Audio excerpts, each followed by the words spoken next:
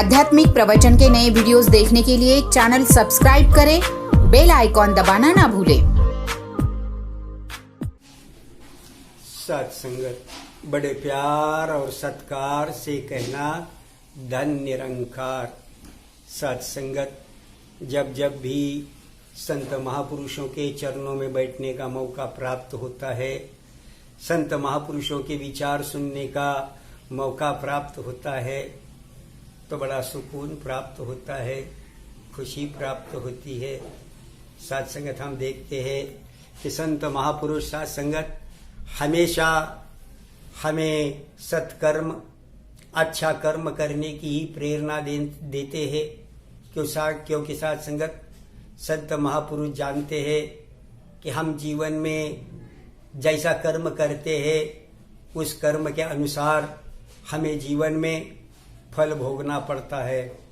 अगर हम अपने जीवन में अच्छा कर्म करते हैं तो हमें अच्छा फल मिलता है, अगर हम बुरा कर्म करते हैं तो उसका बुरा फल हमें भोगना पड़ता है। कहा गया है, जैसी करनी करेगा कोई वैसा ही फल पाएगा, सच्चा है दरबार प्रभु का बीजे सो खाएगा। वाकई सत्संगत यह संसार प्रभु परमात्मा का दरबार है। इसमें जो इंसान जैसा कर्म करेगा उस कर्म के अनुसार उसे फल भोगना ही पड़ेगा। जैसे सत्संगत अगर हम खेत में मधुर आम के बीज बोएंगे तो फिर सत्संगत हमें आम का मधुर स्वाद ही चखने को मिलेगा। इसके विपरीत अगर हम बबूल के बीज बोएंगे तो फिर सत्संगत हमें बबूल के कांटों की चुभन ही प्राप्त होगी। उसी प्रकार सत्संगत अगर हम अपने जीवन में अच्छा कर्म करेंगे तो हमें उसका अच्छा फल मिलेगा, अगर हम बुरा कर्म करेंगे तो हमें उसका बुरा फल मिलेगा। अब सत्संगत कर्म करना इंसान के हाथ में है, लेकिन उस कर्म का फल इंसान के हाथ में नहीं है। कर्म का फल तो भगवान के अधिकार में है, भगवान के हाथ में है। जैसे सत्संगत एक विद्यार्थी परीक्षा में अपना पेपर लिख कर आता है। अब सत्संगत पेपर लिखना यह कर्म उस विद्यार्थी के हाथ में है, लेकिन उसी पेपर का मूल्यांकन, वह पास या फेल, यह रिजल्ट, यह फल उसके हाथ में नहीं है, यह होता है उसके शिक्षक के हाथ में। अब सत्संगत शिक्षक भी उस विद्यार्थी को पास या फेल अपनी मन मर्जी के मुताबिक नहीं करते, तो सत्संगत उसे पास या फेल उसके उत्तर पत्रिका के आधार पर किया जाता है। जो विद्यार्थी अपनी उत्तर पत्रिका में अच्छे उत्तर लिखता है उसे अच्छे अंक प्राप्त होते हैं, और जो विद्यार्थी अच्छे उत्तर नहीं लिखता उसे अच्छे अंक प्राप्त नहीं होते। उसी प्रकार सत्संगत हम जीवन में अगर अच्छा कर्म करते हैं तो हमें अच्छा ही फल मिलता है, अगर हम बुरा कर्म करते हैं तो हमें बुरा का फल मिलता है। अब सत्संगत हम जो कर्म करते हैं वह अच्छा या बुरा, इसकी क्या कसौटी है? तो सत्संगत कर्म अच्छा या बुरा यह कर्म करने वाले की भावना पर आधारित होता है। अगर सत्संगत कर्म करने वाले की भावना शुद्ध होगी तो वह अच्छा कर्म है, अगर कर्म करने वाले की भावना शुद्ध नहीं होगी, दुर्भावना होगी, तो सत्संगत वह कर्म बुरा कर्म है, पाप कर्म है। जैसे सत्संगत हम देखते हैं कि संसार में अगर एक इंसान दूसरे इंसान की हत्या करता है तो सत्संगत यह बुरा कर्म है, क्योंकि सत्संगत यह कर्म करने वाले की भावना दूषित थी, खुद के स्वार्थ पर आधारित थी, इसलिए सत्संगत वह बुरा कर्म है। और दूसरी तरफ सत्संगत युद्ध के मोर्चा पर एक जवान, एक सैनिक दुश्मन के कई सैनिकों को मार गिराता है, साथ संगत वह भी एक प्रकार की हत्या ही है, लेकिन साथ संगत उसे कोई बुरा कर्म नहीं कहता। उल्टे साथ संगत उस सैनिक को वीरता पुरस्कार प्राप्त होता है, क्योंकि साथ संगत यहां कर्म करने वाले की भावना दूषित नहीं थी, खुद के स्वार्थ पर आधारित नहीं थी, इसलिए साथ संगत उसे वीरता पुरस्कार प्राप्त होता है। उसी प्रकार साथ संगत अगर हम सद्भावना से युक्त होकर जीवन में कर्म करते हैं तो वही कर्म साथ संगत पुण्य कर्म बन जाता है और साथ संगत उसके फल स्वरूप हमें सुख की प्राप्ति होती है। दूसरी तरफ अगर यही कर्म हम दुर्भावना से युक्त होकर खुद के स्वार्थ पर आधारित होकर करते हैं तो वही साथ संगत कर्म पाप कर्म बन जाता है और उसके स्वरूप फल स्वरूप साथ संगत हमें जीवन में दुख भोगना पड़ता है।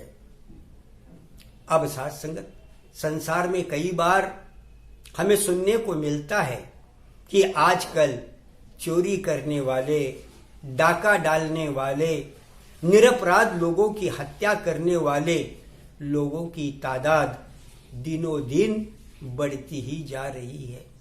बड़े खुशी के साथ, सुख के साथ ये लोग अपने जीवन का यापन कर रहे हैं। इनके पास सुख के कई प्रकार के साधन हैं। तो साथ संगत इस प्रकार इसके ऊपर स्पष्टीकरण दिया जाता है कि जब लकड़ी के बड़े बड़े लट्ठे पानी में बह रहे होते हैं तो बड़े हल्के फुल्के लगते हैं, थोड़ा सा धक्का देते ही कई मीटर तक दूर चले जाते हैं।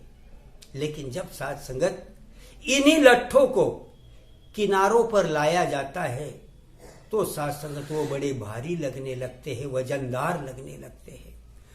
कई लोग मिलकर उन्हें उठाते हैं। उसी प्रकार साथ संगत जब इंसान बुरा कर्म करता है, पाप कर्म करता है, तो वह सोचता है कि इस कर्म का मेरे ऊपर किसी भी प्रकार का प्रभाव नहीं हुआ, किसी प्रकार का परिणाम नहीं हुआ। मैंने चोरी भी की, मैंने डाका भी डाला, लेकिन किसी ने मुझे देखा नहीं, पुलिसों ने मुझे पकड़ा भी नहीं और दिनों दिन मेरी प्रगति ही होती जा रही है। पहले मेरे पास एक ही प्रॉपर्टी थी, लेकिन आज मैं कई प्रॉपर्टियों का धनी हो गया हूं। इस बुरे कर्म का, पापी कर्म का मेरे जीवन पर किसी भी प्रकार का असर नहीं हुआ, किसी प्रकार का परिणाम नहीं हुआ। तो साथ संगत संत महापुरुष ऐसे इंसान को समझाते हैं कि हे इंसान, तू इस भव सागर में जा रहा है, तुझे अपने जीवन का लट्ठा बड़ा हल्का फुल्का लग रहा है, लेकिन जब किनारा आएगा, जब तेरे कर्मों के हिसाब का समय आएगा, तब तुझ पर जो बोझ पड़ेगा वह तुझे तभी मालूम पड़ेगा। और उसे समझा रहे हैं, पापी कर्म कमावंदे कर दे हाय हाय, जो मथन मथनिया तो मथे धर्मराय। कि हे इंसान, आज तू पाप कर्म करते हुए उस पाप कर्म की कमाई पर बड़ी खुशी के साथ हाय हाय करता जा रहा है, लेकिन जब तेरे हिसाब का, तेरे कर्मों के हिसाब का समय आएगा, तब तुझे जब धर्मराज दही के समान मथेगा, तब तुझे जिन यातनाओं का सामना करना पड़ेगा वो तुझे उसी समय मालूम पड़ेगा। तो आओ साथ संगत, यह हर एक के लिए है। जो जैसा कर्म करेगा उसको वैसा ही फल मिलेगा। तो साथ संगत, संत महापुरुष ऐसा कर्म नहीं करते, क्योंकि साथ संगत संत महापुरुषों को इस ईश्वर निराकार प्रभु परमात्मा का ज्ञान होता है। उस ईश्वर को अपने अंग संग हाजिर नाजिर मानकर साथ संगत जीवन में कर्म करते हैं, वह प्रभु परमात्मा को हुई अपने कर्मों का कर्ता मानते हैं, खुद को कभी भी कर्ता नहीं मानते। इसलिए साथ संगत उनके सभी कर्म प्रभु परमात्मा को समर्पित होते हैं। इसलिए साथ संगत उनके हाथों से किसी भी प्रकार का नकारात्मक स्वरूप का, पाप स्वरूप का कर्म नहीं होता। आओ साथ संगत, यही प्रेरणा संत महापुरुष हमें भी देते हैं कि सद्गुरु की कृपा से हमें इस ईश्वर प्रभु परमात्मा का ज्ञान प्राप्त हुआ है। तो इस ईश्वर प्रभु परमात्मा को हाजिर नाजिर मानते हुए साथ संगत जीवन में जितने भी कर्म करने हैं वो प्रभु परमात्मा की इच्छा खातिर करना है, प्रभु परमात्मा को कर्ता मानकर करना है।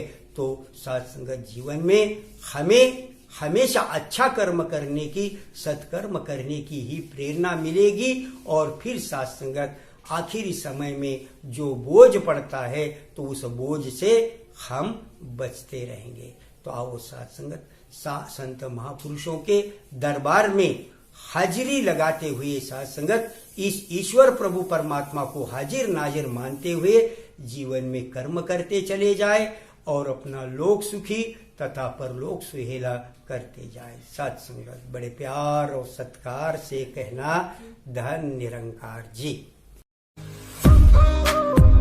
आध्यात्मिक प्रवचन के नए वीडियोस देखने के लिए चैनल सब्सक्राइब करें, बेल आइकॉन दबाना ना भूलें।